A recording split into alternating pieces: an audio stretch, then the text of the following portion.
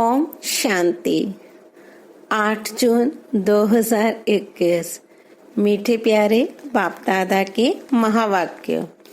मुरली का सार है, मीठे सेंसिबल बच्चे, सदा याद रखो कि हम अविनाशी आत्मा हैं। हमें अब बाप के साथ पहले तबके फ्लोर में जाना है। प्रश्न है, कौन सी मेहनत तुम हर एक बच्चे को अवश्य करनी है? उत्तर है, बाबा तुम्हें जो इतनी नॉलेज देते हैं उसे अपने दिल से लगाते रहो, अंदर ही अंदर उसको मनन कर हजम करो, जिससे शक्ति मिलेगी। यह मेहनत अवश्य हर एक को करनी चाहिए। जो ऐसी गुप्त मेहनत करते हैं वह सदा हर्षित रहते हैं। उन्हें नशा रहता है कि हमें पढ़ाने वाला कौन है, हम किसके सामने बैठे हैं। ओम शांति। यह किसने कहा? 2 बार कहते हैं ओम शांति, ओम शांति। एक शिव बाबा ने कहा, एक ब्रह्मा बाबा ने। ये बाप दादा इकट्ठे हैं तो दोनों को बोलना पड़े ओम शांति, ओम शांति। अब पहले किसने कहा, बाद में किसने कहा? पहले शिव बाबा ने कहा ओम शांति, मैं शांति का सागर हूँ। पीछे किसने कहा? दादा की आत्मा ने कहा। बच्चों को याद दिलाते हैं ओम शांति, मैं तो सदैव देही अभिमानी हूँ, कभी देह अभिमान में नहीं आता हूँ।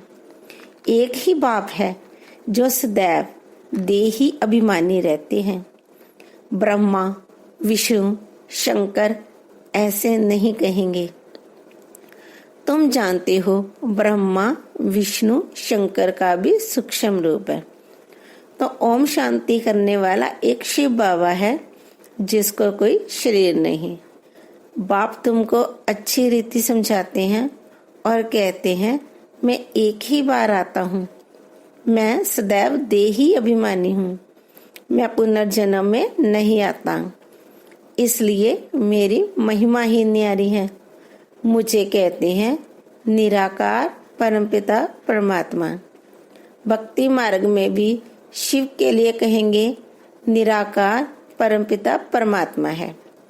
निराकार की पूजा होती है, वे कभी देह में नहीं आते हैं, अर्थात देह अभिमानी नहीं बनते हैं। अच्छा, फिर उसके नीचे आओ सूक्ष्म वतन में, जहाँ ब्रह्मा, विष्णु, शंकर रहते हैं। शिव का नाम रूप तो देखने में नहीं आता है, चित्र बनते हैं, लेकिन वे है निराकार, वे कभी साकार बनते ही नहीं। पूजा भी निराकार की ही होती है। बच्चों की बुद्धि में सारा ज्ञान रहता है। भक्ति तो की है, चित्र बच्चों ने देखा है।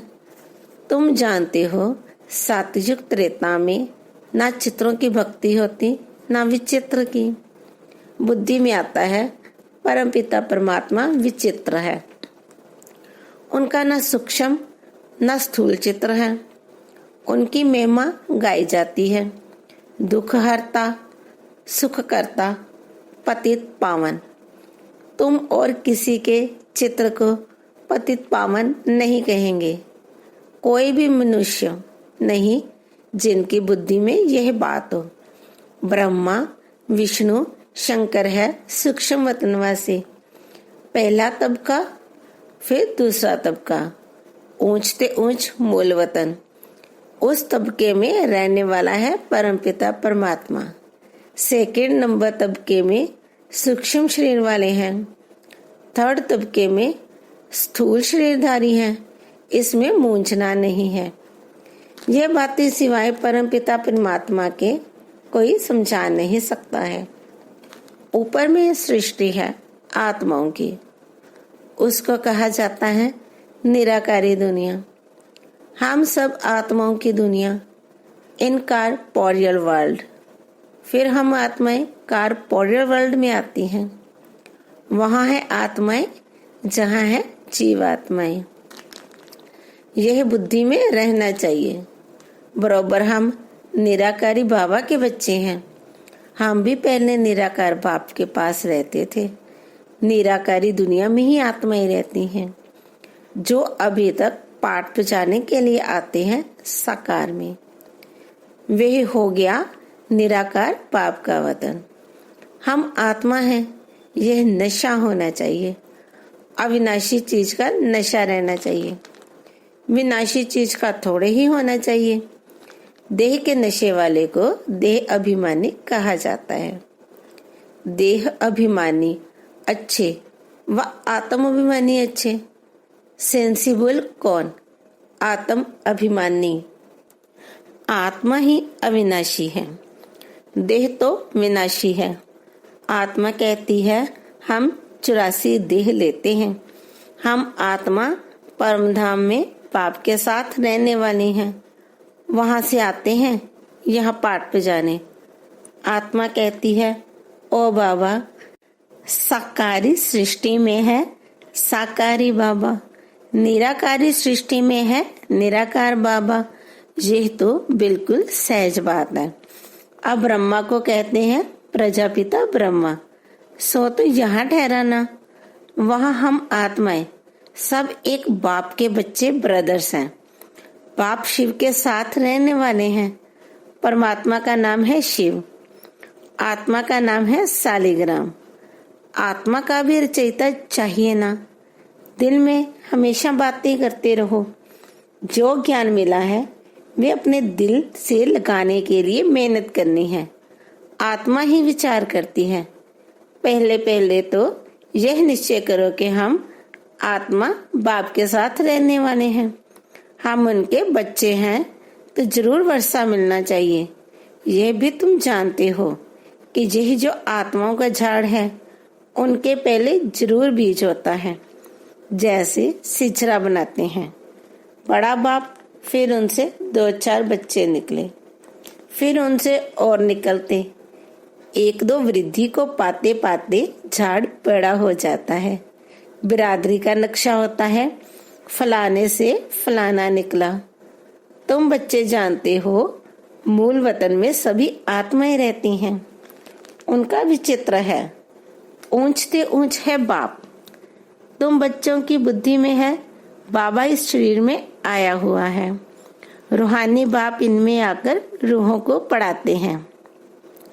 सूक्ष्म वतन में तो नहीं पढ़ाएंगे। सतयुग में तो यह नॉलेज किसको भी रहती नहीं। बाप ही इस संगम युग पर आकर यह नॉलेज देते हैं। इस मनुष्य सृष्टि रूपी झाड़ की नॉलेज कोई को है नहीं। कल्प की आयु ही बहुत बड़ी लिख दी है। अभी बाप तुमको समझाते हैं, बच्चे अभी तुमको फिर घर चलना है। वह है आत्माओं का घर। बाप और बच्चे रहते हैं, सब ब्रदर्स हैं। ब्रदर और सिस्टर तब कहा जाता है जब यहाँ शरीर धारण करते हैं। हम आत्माएं सब भाई भाई हैं। भाई का जरूर बाप भी होगा ना। वह है परमपिता परमात्मा। सभी आत्माएं शरीर में रहते हुए उनको याद करती हैं। सतयुग त्रेता में कोई याद नहीं करते हैं। पतित दुनिया में सभी उनको याद करते हैं, क्योंकि सब रावण की जेल में हैं। सीता पुकारती थी हे राम।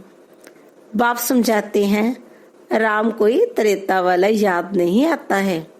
राम परमपिता परमात्मा को समझ याद करते रहते हैं। आत्मा पुकारती है। अभी तुम जानते हो आधा कल्प फिर हम किसको पुकारेंगे नहीं, क्योंकि सुखधाम में रहेंगे। इस समय बाप ही समझाते हैं, दूसरा कोई जानते ही नहीं।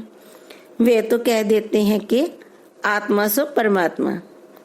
आत्मा परमात्मा में लीन हो जाती है। बाप समझाते हैं आत्मा तो अविनाशी है।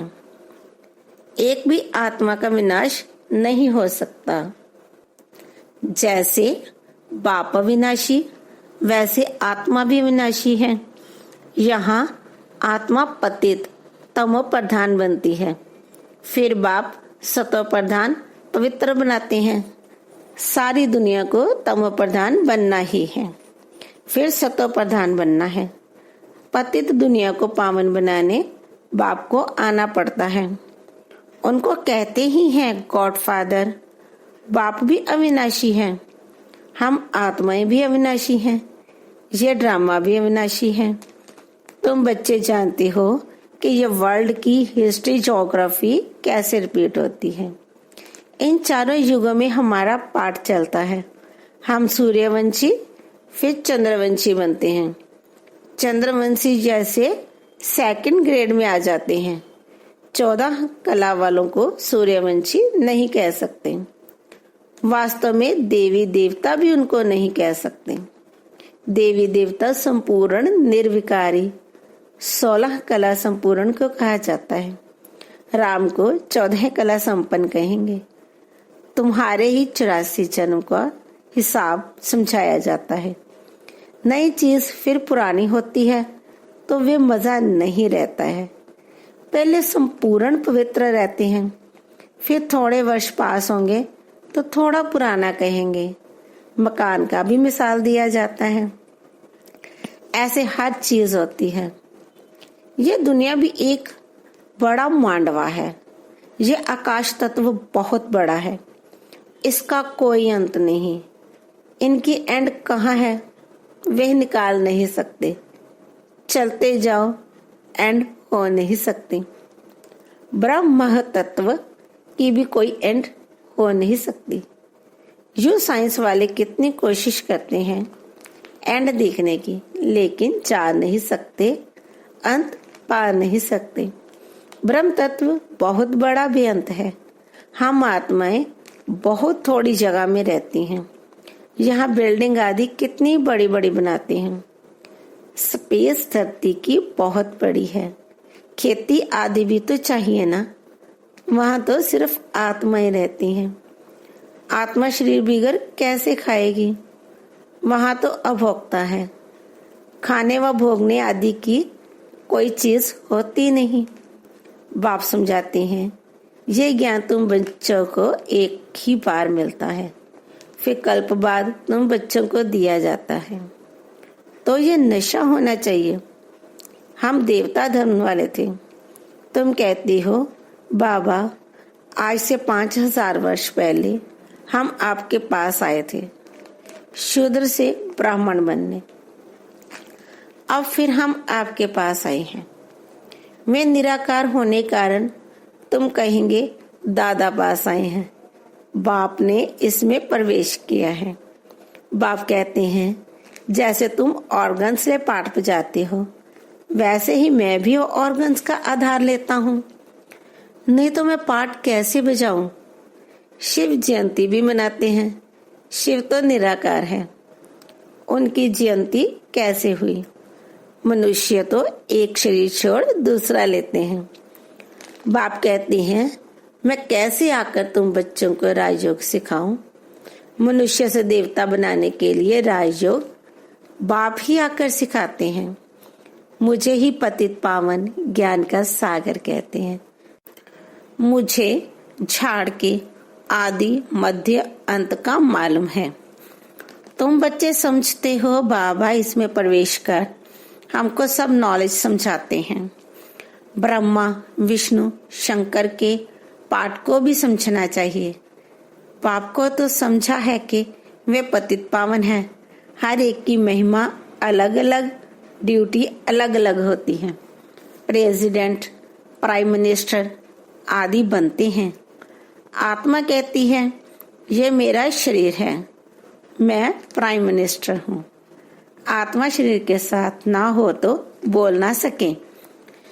शिव बाबा भी है निराकार। उनको भी बोलने के लिए कर्मेंद्रियों का आधार लेना पड़ता है, इसलिए दिखाते हैं मुख से गंगा निकली। अब शिव तो है बिंदी, उनको मुख कहाँ से आया? तो इसमें आकर बैठते हैं, उससे ज्ञान गंगा बहाते हैं। बाप को ही सब याद करते हैं। हे पतित पावन आओ, हमको इस दुख से छुड़ाओ। वही बड़े ते बड़ा सर्जन है, उसमें ही पतितों को पावन बनाने का ज्ञान है। सर्व पतितों को पावन बनाने वाला एक सर्जन है। सतयुग में सब निरोगी होते हैं। ये लक्ष्मी नारायण सतयुग के मालिक हैं। इसको ऐसे कर्म किसने सिखाए जो ऐसे निरोगी बने? बाप ही आकर श्रेष्ठ कर्म सिखलाते हैं। यहाँ तो कर्म ही कूटते रहते हैं। सतयुग में तो ऐसे नहीं कहेंगे कि कर्म ऐसे हैं। वहां कोई दुख रोग होता नहीं। यहाँ तो एक दो को दुख ही देते रहते हैं। सतयुग त्रेता में दुख की बात होती नहीं। जो कहा जाए कि यह कर्मों का भोग है, कर्म अकर्म विकर्म का अर्थ कोई समझ ही नहीं सकते हैं। तुम जानते हो हर एक चीज पहले सतो प्रधान फिर सतो रजो तमो बनती है। सतयुग में 5 तत्व भी सतो प्रधान रहते हैं। हमारे शरीर भी सतो प्रधान प्रकृति के होते हैं। फिर आत्मा की 2 कला कम होने से शरीर भी ऐसे बनते हैं। सृष्टि की भी 2 कला कम हो जाती है। यह सब बाप ही बैठ समझाते हैं, दूसरा कोई समझा ना सके। अच्छा, मीठे मीठे सिके लदे बच्चों प्रति माता पिता बाप दादा का याद प्यार और गुड मॉर्निंग। रूहानी बाप की रूहानी बच्चों को नमस्ते। धारणा के लिए मुख्य सार। नंबर 1, अभी से ही बाप की श्रीमत पर ऐसे श्रेष्ठ कर्म करने हैं जो फिर कभी कर्म कूटने न पड़े, अर्थात कर्मों की सजाएं ना खानी पड़े। नंबर 2, किसी भी विनाशी चीज का नशा नहीं रखना है। यह देह भी विनाशी है, इसका भी नशा नहीं रखना है। सेंसिबल बनना है। वरदान, फरमान की पालना द्वारा सर्व अरमानों को खत्म करने वाले माया प्रूफ भव। अमृत वेले से लेकर रात तक दिनचर्या में जो भी फरमान मिले हुए हैं, उसी प्रमाण अपनी वृत्ति, दृष्टि, संकल्प, स्मृति, सर्विस और संबंध को चेक करो। जो हर संकल्प, हर कदम फरमान को पालन करते हैं, उनके सब अरमान खत्म हो जाते हैं। अगर अंदर में पुरुषार्थ का व सफलता का अरमान भी रह जाता है तो जरूर कहाँ न कहाँ कोई न कोई फरमान पालन नहीं हो रहा है। तो जब भी कोई उलझन आए तो चारों ओर से चेक करो। इससे माया प्रूफ स्वतः बन जाएंगे। स्लोगन है, अपनी सूक्ष्म कमजोरियों का चिंतन करके उन्हें मिटा देना। यही स्वचिंतन है। ओम शांति।